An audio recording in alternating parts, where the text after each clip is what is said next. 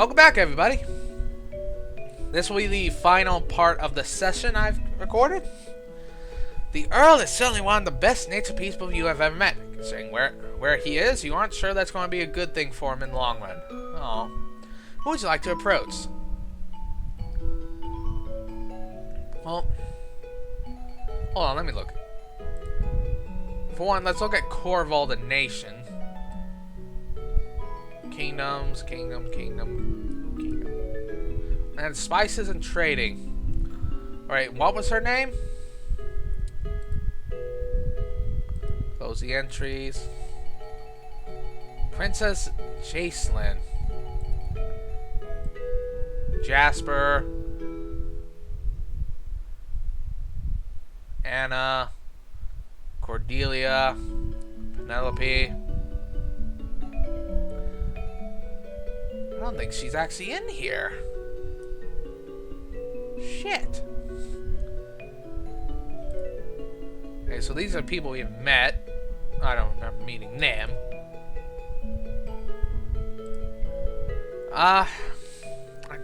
Let's do Lady Avely.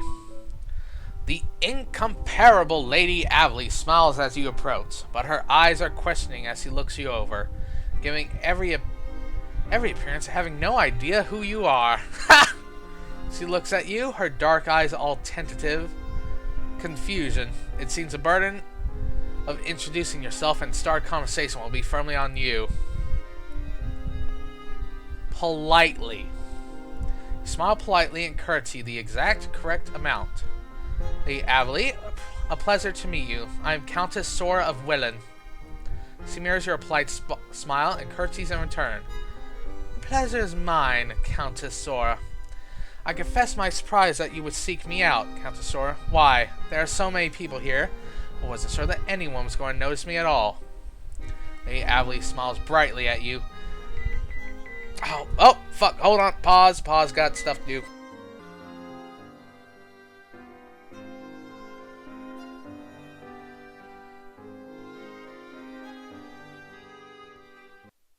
Sorry about that, I muted my thing, and in case you were wondering what the beeping was, that was my alarm clock. Had some stuff to do. Lady Avely smiles brightly at you, making you look even more beautiful than she already did. In your case, a highly misplaced concern. I don't think you can remain unnoticed, Lady Avely, even if you tried. Oh, how you flatter me. I'm fairly certain to blush. She smiles again. And you think you might have detected the slightest edge to it, contrary to her sweet expression. I'm sure the same is true for you, Countess Sora. Surely you must possess some quality that makes you stand out from the crowd. Oh!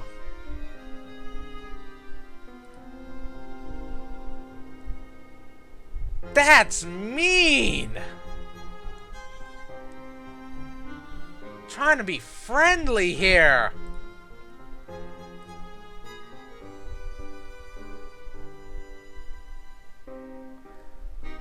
Oh, fuck!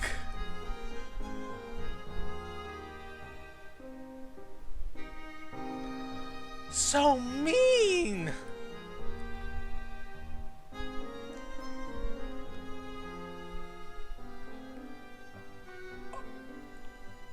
I'm torn. I want to kill her, but I kind of want to shag her. She's so mean! Why? I have heard a bit about how you came to be here, Countess Sora. Considering what I've heard, I'm extremely impressed with how much you have overcome. Why, I'm positively all admiration that you could have come so far, and have it be hardly even noticeable now.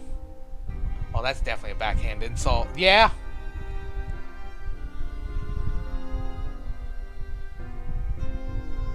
I'm taking your shit.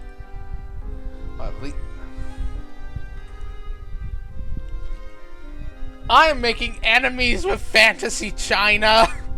Why? I want to be friends.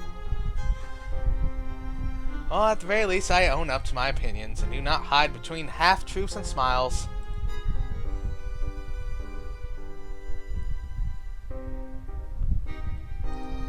Oh, well, fuck you.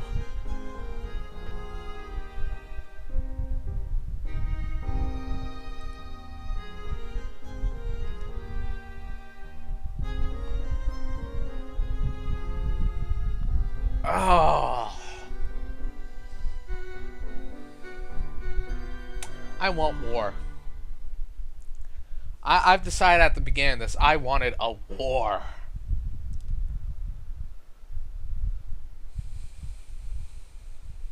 Now I want war against her.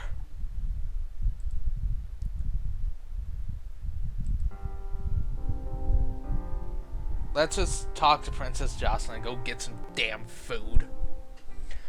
Wrong fucking person. That is not who I intended. I completely forgot. Right, I was looking at people, but it was a... Never mind.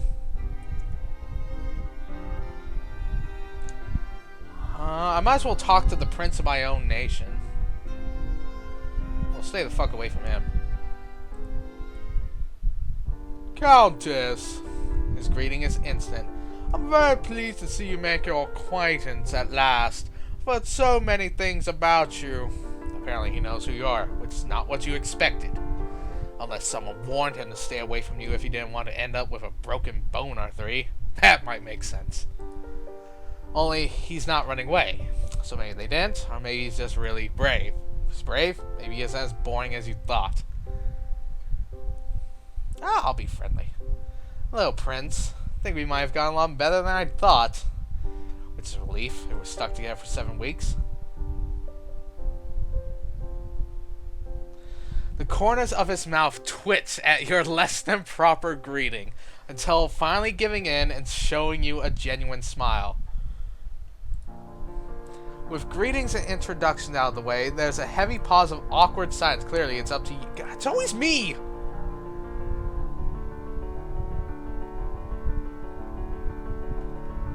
Oh, I don't know anything about this fucker. I've got to keep up my notes! Shit! No! Okay, what's his... Yeah, he's one of the princes of Willen. And this is a fucking resource. I'm going to use it, guys. In case you're getting pissy at it. Willen.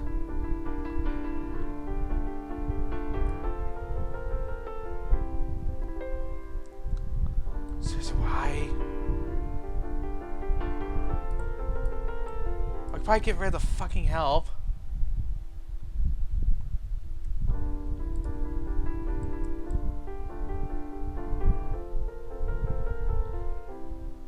Prince.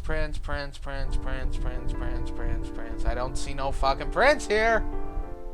Damn it.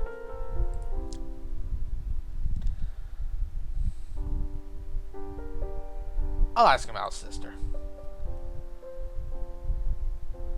I've heard such wonderful things about your sister, Your Highness, but in person she seems even better than the stories.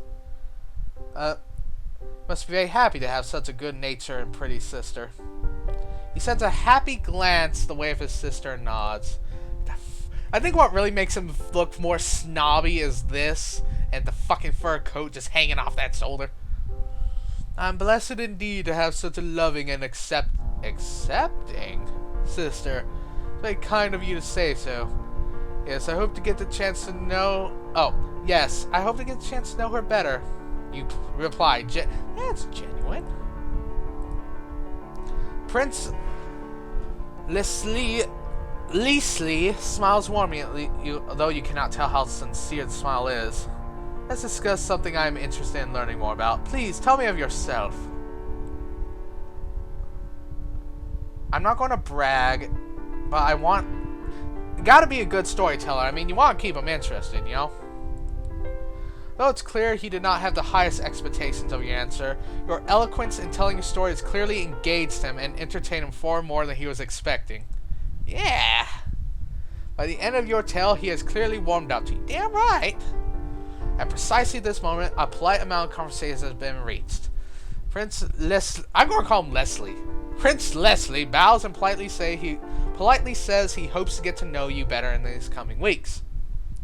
The conversation, clearly done, inspired by his politeness, you curtsy and leave. Who would you like to approach? Fuck that, I'm going to get some food. For dinner, you are seated between Dowager Countess, who spends most of the dinner pretending to be much more deaf and dumb than you suspect she is. Oh, she's one of those old ladies. And one of the warrior ladies of Skald, who spends her time stabbing her dinner with her knife like she's afraid it's not quite dead, wants to put it out of its misery. If that were not enough, Lord Blain is seated directly across from you and spends dinner glaring at you with such a sour intensity you have trouble enjoying your excellent... No, you're supposed to enjoy it in front of him. Piss him off. But your hard work making an impression earlier has not been forgotten. Even at your distant end of the table, you receive attention from other delegates. After receiving a particularly nasty glare from Lord Blain, Princess Penelope, seated nearby, sends you a sympathetic look. Yeah, let him be pissed. I got the royalty on my side. Woo! Princess Anna catches your eye during the soup course and grins approvingly. When this further outrages Lord Blain, she throws a piece of bread at his head. She has impressive aim.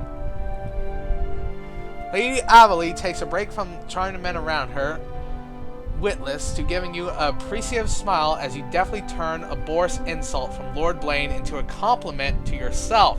Oh, even she's starting to warm up to me.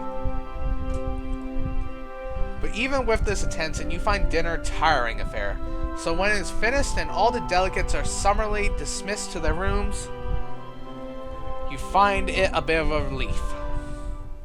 It's been a tiring day, so after Saria and Rhea have helped you undress and wash, you sink into bed and wait for sleep, only to find Jasper standing above you because he's a creepy fuck. When it does not immediately come to you, you notice next to your bed, I was about to say if he was really there, a book on the history of the summit has been placed. Do you want to read it? Yes, please. Oh, so this world has cannon, so it might be a pike and shot rather than medieval. 100 years ago, the Seven Kingdoms were on the verge of destruction. Centuries of constant warfare, bitter feuds, horrifying tragedies, and endless misunderstandings had taken their toll. With no end in sight, it seemed that there was no way off the path of mutual destruction. Isn't mutual destruction what keeps us from killing everyone? In the era of conflict, it seems like things like social niceties and diplomacy had no place, even less value. That the greatest legacy of the kingdoms was doomed to be nothing more than blood, death, and arching loss. That is, until the 16th birthday of one very determined princess. Can't really see her at all. Princess Katia of Riviera. When it's Katia, I'm going to say the full name because bitch deserves respect. Has already lost 3 brothers to the ceaseless fighting. She was determined that she and others like her those not allowed to fight, would lose no more. Katia was clever, as well as brave, charming, as well as calculating. Most of all, she was inventive and very determined. She invited important young people from all the kingdoms to celebrate her birthday, but thinking it was a trap, no one would agree to come. So Katiana learned of a small mysterious island in the middle of the sea, connecting the kingdoms. She went to the island, known only as Vale Isle, which she had a grand castle built. Again, she sent out invitations, this time promising a neutral ground. Again, her invitations were refused, this time citing the danger of assassins and trained guards. So Katiana sent back her own people, and trained the mysterious island natives in the way of service. Then she sent out the invitations once more, this time banning the attendance of guards, servants, or attendants. No one was to come. She insisted, save for the nobles and royals themselves.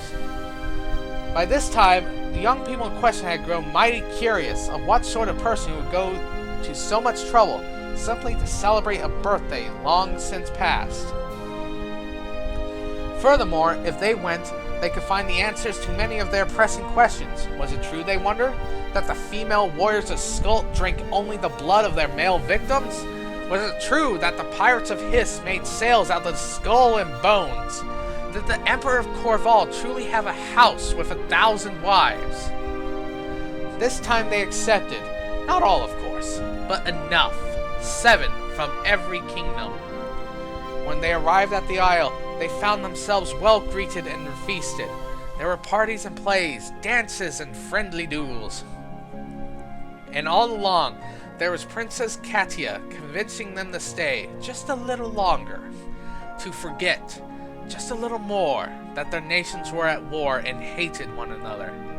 It turned out that the Skulk Princess, when asked about drinking blood, could only laugh at the ridiculous thought, and seeing her laugh, no one could find her quite so scary or so strange. The Corval Prince, upon being asked how many wives he had, proclaimed, "Why none?" and happily opened to the position to any pretty applicant. The pirates of Hiss were baffled to think how anyone thought a ship made with bone could sail, and offered to take anyone for a ride on theirs. Weeks passed, and the young people began to realize that none of the others were so very strange, or so very different. They might, under different circumstances, be friends, or more than friends. In particular, it is said they were all, male and female alike, more than a little in love with Princess Katia. Girl's got charisma 20! As time went on, the kingdoms became more and more impatient for the return of their children. They sent ships and warriors bent to retrieve them at all costs. But even the best ships and the best sailors couldn't find the Isle. They all returned empty-handed, filled with stories of the heavy mists and vain searches. They sent angry letters to their children, demanding they return. But by now, Katia had convinced them they were not so different, that they did not have to fight, and most importantly, that they were not powerless in the face of endless conflict. So the young people sent letters of their own, refusing to return home. This enraged their families, who sent threatening letters to Katia. Katia sent thoughtful letters back, saying she would allow a single representative, an ambassador from each country to visit the Isle, authorized to negotiate on behalf of their country. The ambassadors arrived, thinking to face kidnapping and extortion. Instead, they were greeted by a grand ball, and the charges they were sent to rescue, all happy, well, and getting along. This surprised them no little amount, but nowhere near as much as what happened next. In what later became known as the First Summit, the ambassadors and young nobles and royals sat down and negotiated for a solid week. They hammered out peace treaties, trade agreements, and marriage alliances. When they were finished, 7 weeks had passed. 7 couples were married, and the 7 kingdoms were at peace. It was not an easy transition, and there were many fears that no number of marriages or treaties could change anything for long. So Katia proposed a plan. She would stay on the Isle, waiting, and every 7 years, the 7 kingdoms would send 7 young delegates for 7 weeks to arrange 7 more weddings. This way, she argued, understandings between the nations could continue to grow, alliances would be strengthened, negotiations resumed. They might not all trust each other, but by the end, they all trusted Katia, no longer a princess having forsaken title, family, and country, so she could be a neutral voice. You blink, trying to force your tired eyes to read further, but finally give up. You gained a little knowledge of history and politics. Da da da da! Sometimes, your choices, like this one, will result in increase your skills, but they won't generally be pointed out, so keep your eyes on your skills on your page. How do I do that? How do I check my skills? Oh, here we go. Charm, eloquent, beauty, leadership, self-defense, charisma. I have no fucking manipulation. Courage, intelligence. Oh, God. Grace, poise. No. Interpersonal insight, defensive instincts. Oh, that's bad. Knowledge, history, politics, street smarts, warfare. Is that actually going to be a thing? Do I need that? I'm leaning towards humble and noble. I am very overt. I am imaginative, social. I'm in the middle ground there. I am compassionate. I am logical. I am cynical. I am ambitious. I am innovative. I'm spontaneous. And I am immoral. Wait. I'm slightly humble, noble, immoral. I am compassionate, but I'm immoral. Whatever. Princess Anna! Oh, romance is going up!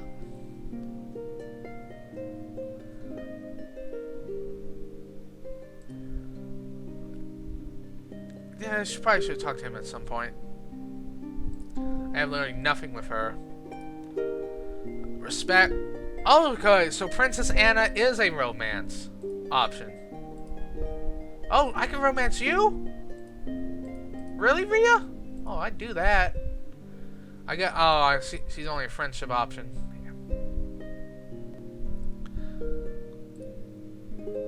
Okay, so we got respect, but we're not friends or rivals.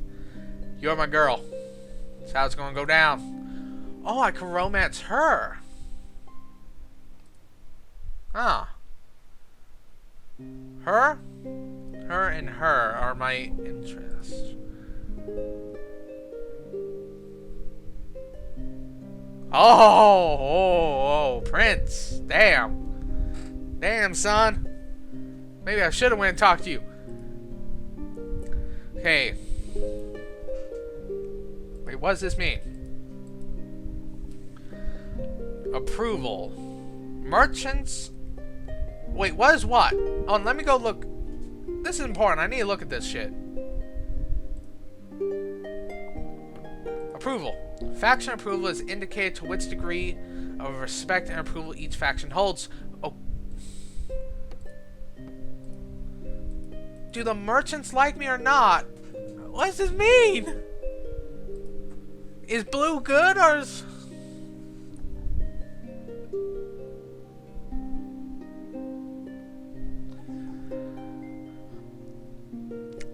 Okay, since it says my faction is Welland, I assume that this is good, that is bad.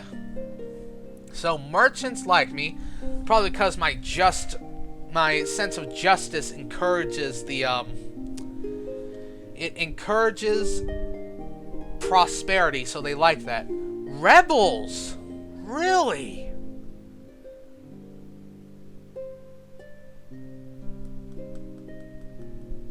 This is interesting. This is very interesting. This game is deeper than even I thought, and I thought it was pretty deep. So tell me what your thoughts in the comments. Interesting.